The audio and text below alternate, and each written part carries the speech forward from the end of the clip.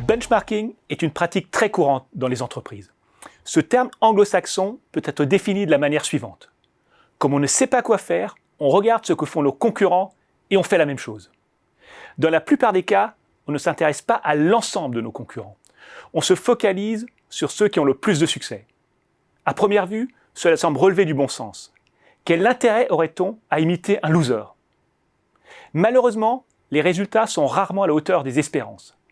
Rien ne garantit que les pratiques qu'on imite sont réellement à l'origine du succès d'un winner. Surtout, le benchmarking ne permet pas d'innover.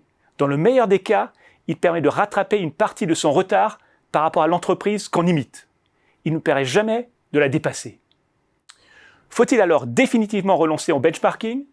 Pas nécessairement. En revanche, il ne faut pas imiter des entreprises à succès. Il vaut souvent mieux s'inspirer des entreprises qui sont au bord de la faillite ou celles qui viennent tout juste d'entrer sur notre marché. Comment expliquer ce conseil plutôt surprenant ? Ces deux types d'entreprises ont un point commun. Elles n'ont plus ou pas grand-chose à perdre. Elles sont alors beaucoup plus susceptibles d'innover que les entreprises plus performantes. Mais la vraie alternative au benchmarking reste de réaliser ses propres expérimentations. Mieux vaut trouver sa propre voie qu'imiter les autres.